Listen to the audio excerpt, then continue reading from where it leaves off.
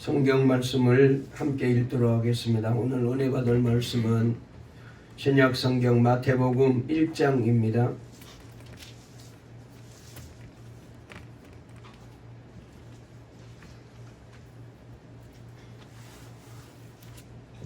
마태복음 1장 18절 말씀부터 마지막 절 25절까지 우리 말씀을 교독하도록 하겠습니다.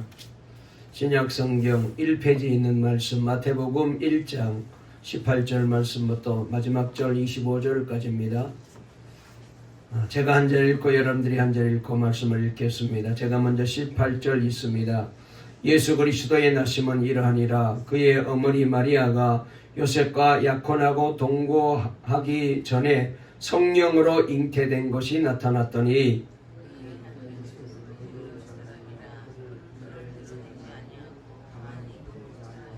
이 일을 생각할 때에 주의 사자가 현몽하여 이르되 다윗의 자손 요셉아 내 아내 마리아 데려오기를 무수하지 말라. 그에게 잉태된 자는 성령으로 된 것이라.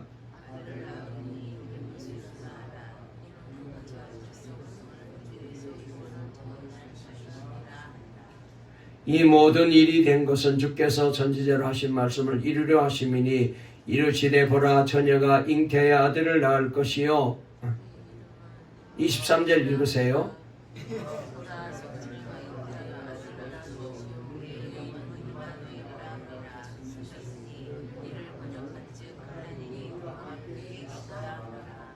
요셉이 잠에서 깨어 일어나 주의 사자의 분부대로 행하여 그의 아내를 데려왔으나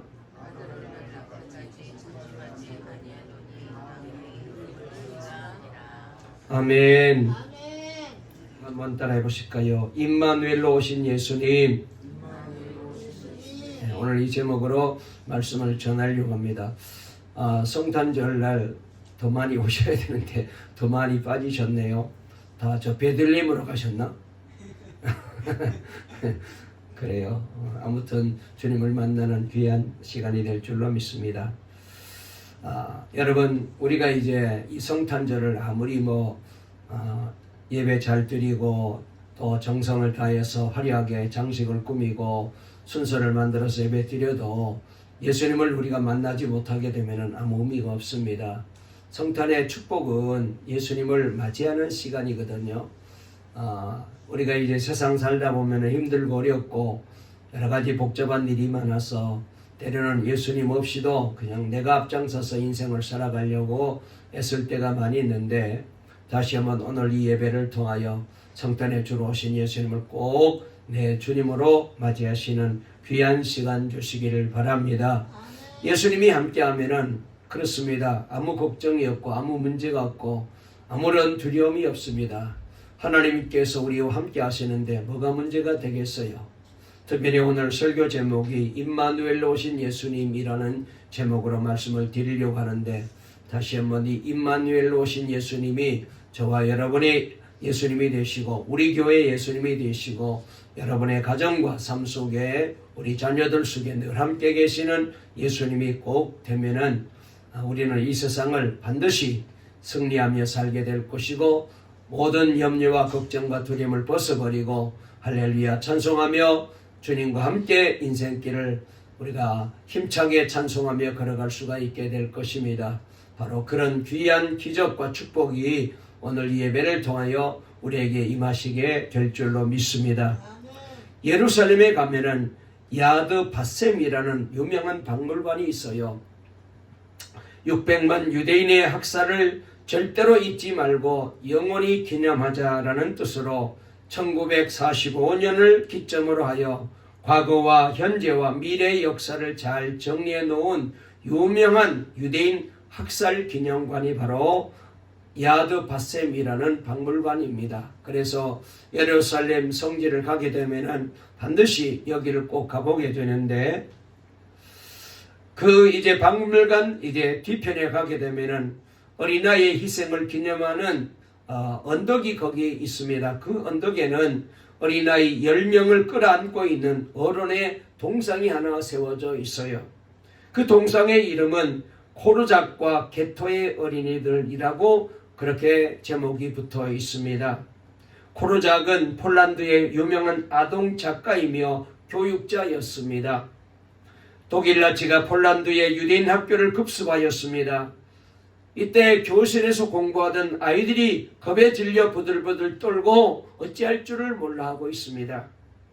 이때 선생님이었던 코르작은 아이들을 양팔로 감싸 안으며 그리고 아이들을 독일 군인에게 내놓지를 않았어요. 독일 장교가 나서서 말합니다. 당신은 유대인이 아니니 선생님은 물러나고 유대 아이들만 내놓으시오. 이렇게 협박을 가하게 됩니다. 그러나 코르작은 필사적으로 독일군에게 저항을 합니다. 끝내 아이들과 함께 가스실로 향하는 트럭에 올라탑니다. 스승으로서의 두려움에 떨고 있는 아이들을 그냥 보낼 수 없었기 때문이었죠. 아이들과 끝까지 함께 동행하게 되었습니다. 가스실에도 함께 들어가 죽음 앞에 떨고 있는 아이들을 위해 기도해 주었습니다. 그러자 아이들이 이렇게 얼굴이 편안해지면서 말합니다. 선생님, 이제 마음이 편안해졌어요. 두려움이 없어졌어요. 선생님이 끝까지 함께 해주시니 편안해요. 그리고 이렇게 말합니다. 하나님이 지켜주시니 더는 두려워 떨지 않을 거예요. 이렇게 말하면서 저들은 거기서 그렇게 가스실에서 나치의 끔찍한 이 만행에 의하여 저들은 다 죽음을 맞게 됩니다. 여러분, 진정한 사랑은 이렇게 끝까지 함께하는 사랑이거든요. 바로 임마누엘은 하나님께서 우리 인간을 끝까지 그리고 저와 여러분들을 끝까지 사랑하시는 사랑의 증거입니다. 임마누엘의 사랑은 변함이 없는 사랑이죠. 십자가에서 죽기까지 저와 여러분들을 변함없이 사랑하시고 그리고 지금까지 한결같이 우리를 사랑하시는 사랑입니다. 임마누엘의 사랑은 차별이 없습니다. 남녀노소를 가리지 않습니다. 빈부 귀천을 가리지 않습니다. 그리고 또 높은 사람, 낮은 사람을 가리지 않습니다. 얼굴 색깔을 가리지 않습니다. 누구와도 함께하는 이 놀라운 사랑이 바로 하나님이 우리에게 보여주신 임마누엘의 사랑입니다. 환경과 처지에 따라서도 결코 변하지 않습니다. 세월이 지나도 변하지 않습니다. 사람은 변하고 세상은 변할지라도 임마누엘의 이 하나님의 사랑은 변치 않는 사랑이에요. 그래서 우리는 이 사랑 앞에 감격하게 되고 이 사랑을 고마워하게 되는 것입니다. 오늘 우리가 읽은 본문은 이사야 선지자 예언에 기초한 내용인데요.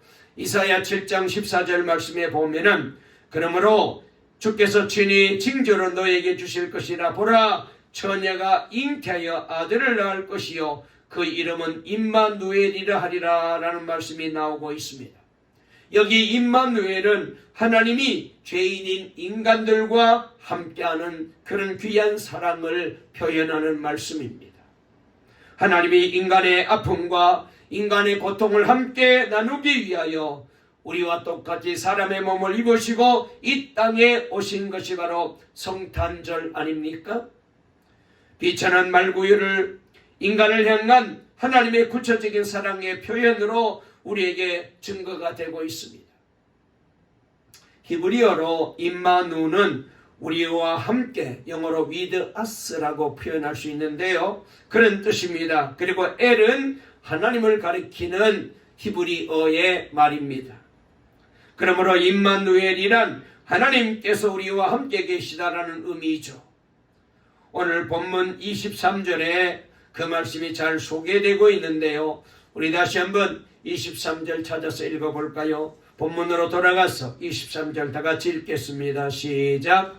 보라, 처녀가 잉태하여 아들을 낳을 것이요 그의 이름은 임마누엘이라 하리라 하셨으니 이를 번역한즉 하나님이 우리와 함께 계시다 함이라. 아멘. 여러분, 성탄에 내리는 은총이 뭐예요? 임마누엘의 은혜가 뭘까요? 오늘 이 시간 이 점에 대해서 좀 더 우리가 구체적으로 말씀을 통하여 생각하면서 은혜를 받으려고 합니다.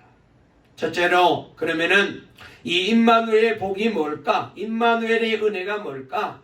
하나님이 우리와 함께 하시는데 이 함께 하시는 것을 통하여 우리에게 주시는 놀라운 복이 있어요. 이 복이 뭘까? 첫째로 여러분, 임마누엘의 복 중에 가장 첫 번째 복은 구원의 복입니다. 할렐루야. 그래서 임마누엘은 구원의 증거다, 이렇게 말할 수가 있어요. 보물섬의 작가인 로버트 스티븐슨이 폭풍우에 대하여 쓴 글에 나오는 그런 내용에 보면은 이런 대목이 등장합니다. 배가 암초에 부딪혀 승객들의 생명이 위태롭게 된 장면이 거기에 묘사되고 있어요. 배가 옴짝달싹하지 못하자 공포에 질린 승객들이 어떻게 해야 될지 몰라 아우성을 치며 지금 다 죽게 되었다고 난리를 치고 있었는데, 그 중에 한 승객이 도대체 배가 어떻게 되었나 알아보기 위해 갑판 맨 위에 있는 조타실로 가보았답니다. 키자비가 두 손으로 배의 키를 조정하는 조타기를 꽉 붙잡고 선체를 어떻게 하든지 이 암초에서 돌려보려고 안간 힘을 다하여 애를 쓰고 있는 모습을 보게 되죠. 다행히 그의 수고가 헛되지 않아 뱃머리는 조금씩 암초에서 벗어나 바다 쪽으로 향하기 시작합니다. 그제서야 키자비는 이마에 맺힌 땀을 닦으며 어깨 너머로 그에게 이 구경하고 있는 이 승객에게 미소를 지어 보이게 됩니다. 그러자 그 승객은 정신없이 계단 밑으로 뛰어내려가 선실에 있는 모든 승객들을 향하여 소리칩니다. 제가 키자비의 얼굴을 봤는데요, 환하게 미소 짓고 있어요. 모든 것이 잘 되어 가나봐요. 이렇게 외칩니다. 키자비가 보여준 그 미소는 배에 탄 승객들의 마음속에 모든 공포와 먹구름을 일시에 다 거두어 가버렸어요. 절망을 소망으로 바꾸어 놓은 것입니다. 키자비의 미소가 승객의 두려움을 잠재운 것처럼 여러분, 우리도 삶의 폭풍우 속에서 허덕이며 살아갈 때가 얼마나 많이 있습니까? 이때 우리는 주님의 얼굴을 봐야 돼요. 아픔 속에 허덕이고 고통 속에 허덕이고 어려움 속에 허덕이고 낙심과 질병 속에 실패와 좌절 속에 허덕이고 있는 이 땅의 수많은 사람들이 바라보아야 될 분은 임마누엘로 오신 예수님밖에 없어요. 주님만이 우리의 모든 삶의 문제를, 우리의 인생의 모든 두려움을, 우리의 모든 고통의 문제를 한순간에 몰아버리게 만드는 능력의 주님이십니다.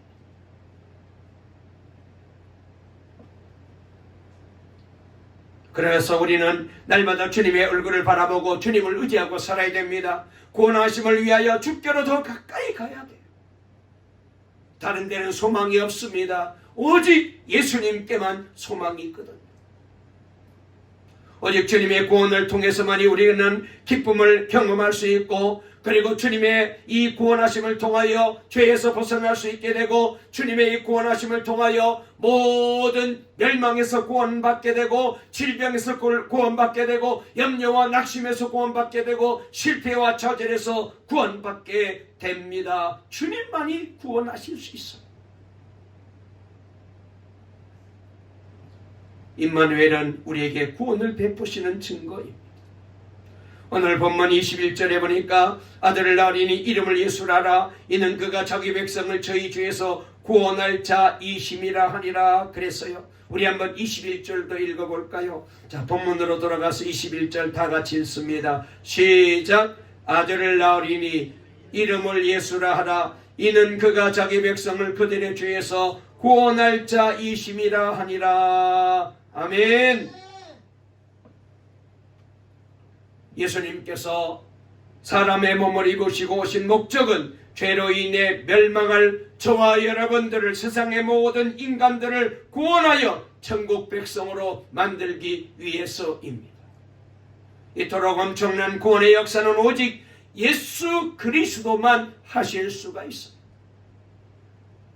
돈으로도 해결할 수 없습니다. 권력으로도 이 죄 문제를 해결할 수 없습니다. 세상의 그 무엇으로도 죄의 문제를 해결하거나 구원할 수가 없어요. 오로지 예수님만이 저와 여러분의 모든 죄 문제를 해결하시고 이 멸망에서 구원하시는 유일한 분이십니다. 그러므로 세상을 바라보게 되면 희망이 없으나 예수 그리스도를 바라볼 때에 우리는 소망이 넘치게 됩니다. 예수님을 바라볼 때에 기쁨이 넘칩니다. 예수님을 바라볼 때에 여러분 천국이 보이게 됩니다. 이 은혜가 오늘 성탄절날 예배드리는 우리 동강의 모든 성도들에게 임하시기를 주의 이름으로 축원합니다. 메시아 되신 예수 그리스도께서 의인을 부르러 오신 것이 아니라 나 같은 죄인 저와 여러분들을 구원하기 위해서 오셨습니다. 그러므로 여러분 우리는 겸손한 마음으로 하나님 나는 죄인입니다 고백하며 예수님께로 나가야 돼요. 주님 앞에 나가서 예수님을 붙잡아야 됩니다. 예수님을 믿어야 됩니다. 그리하면 주님의 임마누엘의 구원의 축복이 우리 가운데 임하게 될 줄로 믿습니다. 한번 따라해 보실까요? 하나님 아버지 저는 죄인입니다. 예수님만 나의 구주이십니다. 할렐루야. 이렇게 예수님을 나의 구주로 영접하고 예수님을 우리가 믿고 나갈 때에 여러분 거기에 은혜가 임하게 되고 구원이 임하게 되고 하나님의 축복이 임하게 되는 거예요. 그러므로 오늘 이 성탄절을 통하여 예수 그리스도가 필요한 존재가 바로 여러분 다른 사람이 아니고 누구도 아니고 바로 내가 바로 예수님이 가장 필요한 사람인 줄 믿으시고 오늘 그 임마누엘의 구원의 주님으로 이 땅에 오신 예수님을 꼭 내 주님으로 영접하셔서 저와 여러분 모두가 다 구원의 기쁨을 날마다 찬송하는 복된 성도들이 되시기를 주의 이름으로 축원합니다. 두 번째로 임마누엘의 복이 뭘까요? 첫째로는 구원의 은혜이고 두 번째로는 화해의 은혜입니다. 1차 세계대전이 한창이던 성탄절 전야였습니다. 서로 총을 겨누며 전투하던 병사들의 마음은 전쟁 중에 있었지만 이미 저들의 마음속에는 고향집을 그리며 성탄절날 가족과 함께 보냈던 그 때를 기억하면서 그래서 고향으로 가 있었고 가족으로 가 있었답니다. 한 병사가 그때 성탄절날 가족과 함께 성탄의 기쁨을 나누며 찬송했던 찬양을 부르기 시작합니다. 우리가 잘 아는 아까 불렀던 고요한 밤 거룩한 밤 이 찬송을 조용히 부르기 시작합니다. 그러자 다른 병사들도 함께 따라서 이 찬송을 부르기 시작했고 마침내 그 참원에는 성탄절 노래가 크게 울려 퍼지기 시작합니다. 노래를 마쳤을 때 말이죠. 깜짝 놀랐습니다. 봤더니 적의 참호 속에서도 같은 고요한 밤 거룩한 밤 찬송이 울려 퍼지고 있었습니다. 그들의 언어로 저들도 고요한 밤 거룩한 밤을 노래하고 있었기 때문이었죠. 그날 밤 병사들은 함께 평강의 왕으로 오신 예수 그리스도를 생각하며 적이 아니라 주님을 찬송하고 성탄의 구주로 오신 예수님을 주님의 은혜 안에서 노래하는 복된 시간이 되었던 것입니다. 여러분 이처럼 예수 그리스도가 계시면 비록 그것이 전쟁터라 할지라도 여러분 이렇게 화해가 이루어지게 되는 것입니다. 그래서 천국이 되고 거기에 평안이 임하게 되죠. 여러분 그러므로 이 놀라운 평화가 저와 여러분의 삶 속에 일어나기를 주의 이름으로 축원합니다. 살면서 힘들고 어렵고 내 앞길을 가로막았던 사람들 정말 원수 같은 사람들이 있었습니까? 오늘 이 시간 다시 한번 우리 주님으로 인하여 용서할 수 있게 되시기를 바랍니다. 더 나아가서 여러분 이런 놀라운 평화의 역사가 저 우크라이나 땅에도 꼭 이루어지기를 주의 이름으로 축원합니다. 저 팔레스타인 땅에도 이 평화가 임하여서 그래서 전쟁이 끝나고 이제는 평화가 저 땅에 다시 회복되는 역사가 일어나길 바랍니다. 그리고 더 가까이는 저 우리나라 여의도에 있는 국회의사당 안에도 이 놀라운 화해의 평화가 이루어졌어. 여야가 서로 싸우고 그리고 서로 헐뜯고 그리고 국민들을 호도하면서 국민들을 속이는 이 잘못된 정치를 다 내려놓고 바르게 정치하는 국회가 되었으면 좋겠습니다. 여러분, 예수님이 우리 안에 계실 때에 어둠은 물러가고 그리고 빛이 찾아오게 됩니다. 여러분, 온전한 평화는 바로 예수 그리스도가 오실 때에 임하게 됩니다. 평강의 왕으로 오신 예수 그리스도께서 여러분 이 귀한 평안을 오늘 우리에게 주시기를 원하십니다. 그래서 오늘 본문 23절에 이런 말씀이 있어요. 우리 다 같이 23절도 읽어볼까요? 다 같이 읽습니다. 시작. 보라, 처녀가 잉태하여 아들을 낳을 것이요 그의 이름은 임마누엘이라 하리라 하셨으니 이를 번역한즉 하나님이 우리와 함께 계시다 함이니라. 아멘. 예수 그리스도는 죄악으로부터 이제 하나님과 원수되었던 우리 인간들을 화해시키기 위해서 그래서 십자가에 당신이 친히 제물이 되어 대속의 죽음을 죽어주심으로 저와 여러분들은 이제 더 이상 하나님과 원수 관계가 아니에요. 하나님은 나의 아버지가 되시고 우리는 하나님의 자녀가 되어 살아가는 이 놀라운 구원의 역사가 화해 역사가 일어나게 된 거예요. 그래서 이제는 우리 모두가 예수 안에서 하나님과 하나가 되어서 하나님을 섬기고 예배하는 복된 거룩한 하나님의 백성이 된 거예요. 속담 가운데 이런 말이 있대요. 필요한 다리는 놓지 않고 불필요한 벽을 쌓는 데는 열중한다. 그런 말이 있대요. 이 말은 엉뚱한 데다가 힘을 쏟고 에너지를 쏟는 것을 말하죠. 필요 없는 데다가 그렇게 애쓰는 사람을 두고 하는 말이에요. 죄악된 인간의 서글픈 모습을 의미하는 말입니다. 여러분, 지금 우리의 현실은 남북의 갈등을 넘어 동서의 갈등까지 만나고 있잖아요. 그래서 지금 우리나라는 가만히 보게 되면 이 정치권에서 시작된 이 갈등이 우리 국민 전체를 지금 좌우파로 나누어 놨어요. 여러분, 이 벽을 누가 허물 수 있을까요? 새로운 정치 지도자가 나타나서 할 수 있을까요? 안 됩니다. 표를 얻기 위해서 자기네 진영만을 위해서 계속해서 같은 말만 할 거예요. 예수님이 성탄의 구주로 오실 때도 이런 여러 가지 벽이 있었습니다. 특별히 그 중에서도 유대인과 이방인들은 아주 벽이 단단했었습니다. 특별히 우리가 잘 아는 대로 유대인들은 이방인들을 사람 취급하지 않았습니다. 개, 돼지보다도 더 못한, 짐승보다도 더 못한 그런 인간으로 취급했어요. 그래서 이방인들은 다 쓰레기처럼 버려져 가지고 지옥불에 들어가야 될 거라고 저들은 그렇게 생각한 거예요. 그런데 예수님이 오셔가지고 이방인과 유대인이 하나가 되게 했어요. 이게 바로 성탄의 사건이었습니다. 예수님이 오심으로 무서운 벽이 무너진 것입니다. 원수가 되었던 둘을 십자가로 화목하게 만들었습니다. 한 몸이 되게 하셨습니다. 그러므로 평화의 왕으로 오신 예수님이 우리 가운데 오시게 되면 둘이 하나가 되는 거예요. 그래서 여러분, 이 성탄의 사건은 바로 화해가 이루어진 기적 같은 사건이다, 이렇게 말하는 거예요. 예수님은 기묘자이십니다. 예수님은 모사이십니다. 예수님께서는 또한 평강의 왕으로 이 땅에 오신 임마누엘의 하나님이십니다.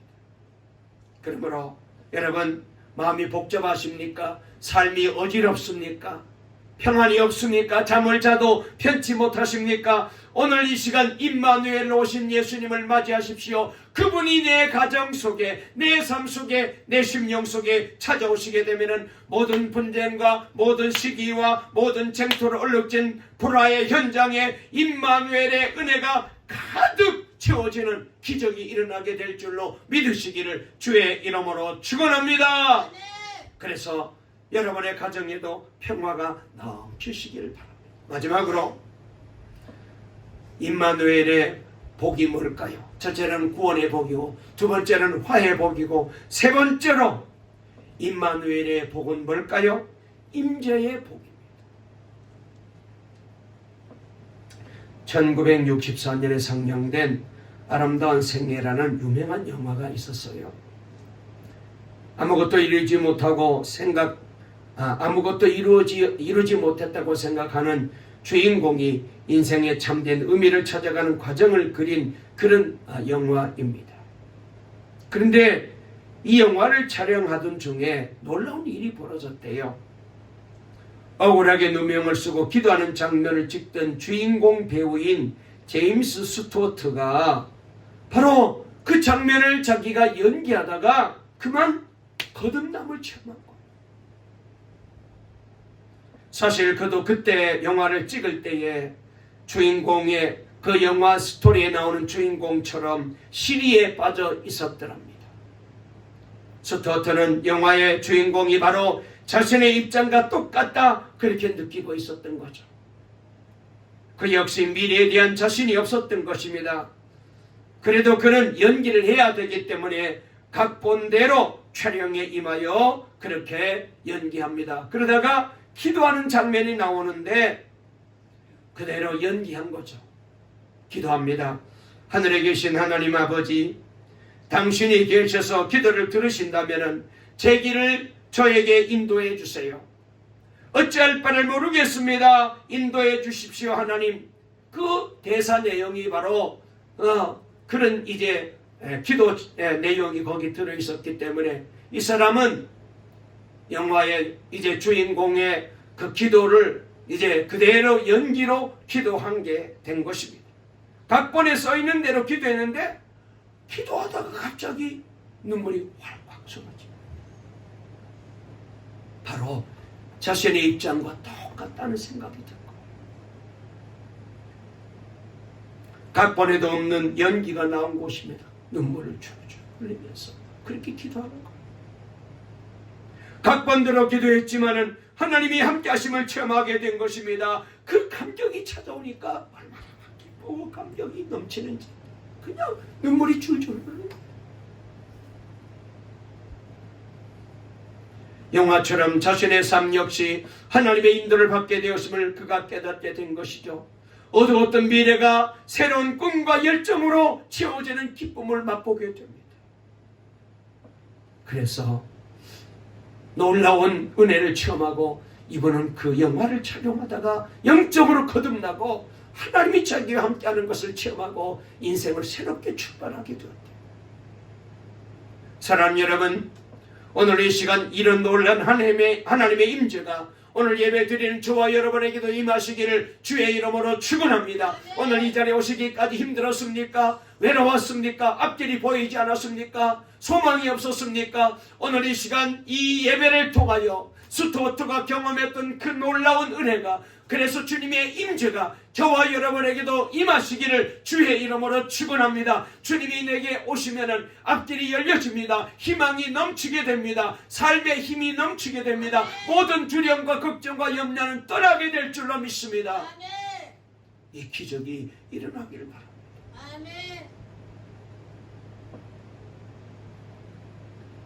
이처럼 임마누엘의 은총은 하나님의 임재의 은총이에요. 예수님의 탄생을 바라보는 입장이 아니라 지금 오늘 우리 마음속에 예수가 탄생하는 성탄이 되어야 합니다. 주님의 임재를 느끼는 그런 성탄이 되어야 돼요.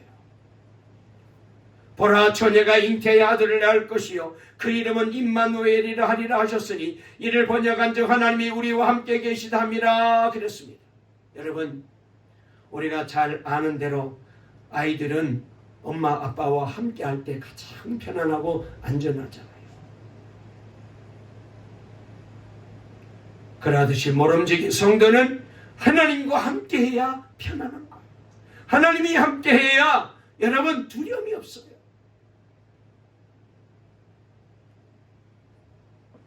사탄은 여러 가지 이유로 자꾸 우리에게 하나님으로부터 멀어지게 만듭니다. 상처받게 만들고 실망하게 만들고, 아이고 기도해봐도 소용없네, 예배 드려봐도 소용없네, 열심히 예배를 드려도 소용없네, 그래가지고는 내 힘으로 살아봐야지 자꾸 하나님을 떠나게 만들어요. 내 재주와 내 방법으로 살게 만들어버립니다. 이게 사탄의 작전인데 몰라요 그거를. 하나님의 임재를 의심하게 만들고, 열심히 예배 다녀도 교회 다녀도 예배 드려도 소용없네, 자꾸 그렇게 생각하게 만들어. 구원을 가볍게 여기게 만듭니다. 하나님을 부인하게 만듭니다. 세상 것과 예수님을 자꾸 바꿔서 세상 것이 더 크게 보이고, 세상 것이 더 귀하게 보이고, 세상 것이 더 위대하게 보이게 만듭니다. 그래서 돈을 쫓아가게 되고 세상을 자꾸 좋아하게 되고 글로 자꾸 가는 거예요.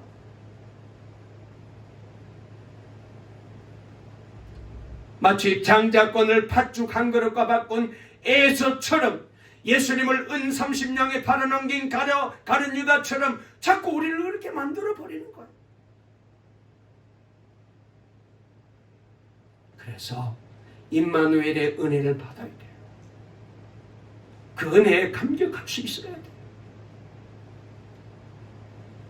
사랑하는 동강의 성도 여러분, 저와 여러분 모두에게도 오늘 이 성탄절날 임마누엘의 축복, 하나님이 임재를 체험하시고 그 하나님이 나와 함께 하심을 체험하시고 그 하나님을 내 주님으로, 내 인생의 주인으로 모시고 날마다 살아가십시오. 그리할 때에 여러분의 삶 속에 날마다 감사와 기쁨이 넘치게 될 줄로 믿으시기를 주의 이름으로 축원합니다. 말씀을 마치려고 합니다. 임마누엘에서 임마엘로 나가야 됩니다. 임미엘로 나가야 됩니다. 임미라는 말은 이 말도 나와 함께라는 의미가 있는 말로서, 임미엘은 하나님이 나와 함께 계시다, 그런 뜻이거든요. 영이신 하나님께서 나에게 구원을 주시며 나와 함께 하심을 깨닫게 만들어 주죠. 그래서 나는 우리라는 단어에 파묻힌 인명의 내가 되어서는 안 돼요. 여러분, 우리 중에 아무리 많은 사람들이 예수를 믿어도 내가 믿으면 아무 소용이 없잖아요. 다 구원받아도 내가 구원 못 받으면 그 아무 의미가 없잖아요. 그래서 여러분, 내 삶의 누추한 자리도 피하지 않고 내게 찾아오시는, 구원을 주시는 이 하나님, 이 임마누엘의 하나님을 내 하나님으로 믿어야 돼요. 그때 비로소 임마누엘의 은혜를 맛보게 됩니다. 오늘 성탄은 임마누엘을 고백하며 그 은혜를 체험하는 복된 성탄이 되어야 합니다. 매년 맞이하는 성탄절, 성탄절이니까 그냥 예배 드리는 것으로 끝나지 마시고 서로 주고받는 성탄 선물에만 계신 하나님이 되어서는 안 됩니다. 백화점의 조명과 성탄 캐롤에서만 계시는 그런 하나님이 되어서는 안 됩니다. 구체적으로 내 영혼 속에 함께 하시어 구원과 화해와 임재로 다가오시는 이 놀란 임미엘과 임마누엘의 은총이 내게 임해야 돼요.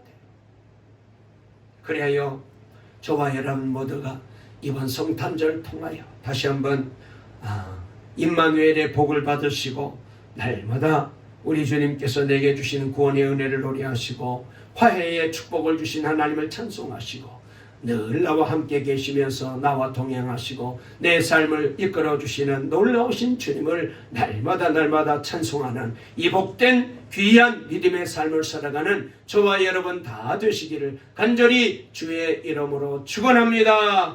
축원합니다. 살아계신 하나님 아버지 감사합니다. 임마누엘로 오신 예수님은 우리를 구원하기 위해서 오신 하나님이십니다. 우리 주님께서 우리와 함께 계시면서 우리에게 주신 복이, 임마누엘의 복이 무엇인지 다시 한번 깨닫습니다. 구원을 주시기 위해서 오셨습니다. 그리고 우리에게 화해와 평안을 주시기 위해서 오셨습니다. 그리고 우리 가운데 임재해 계셔서 날마다 우리와 동행하시며 함께 하시기 위해서 오셨습니다. 이 놀라운 은혜를 오늘 이 성탄절을 통하여 다시 한번 체험하는 복된 우리 동강의 성도님들 다 되게 도와주시옵소서. 예수님의 이름으로 기도 올리옵나이다. 아멘.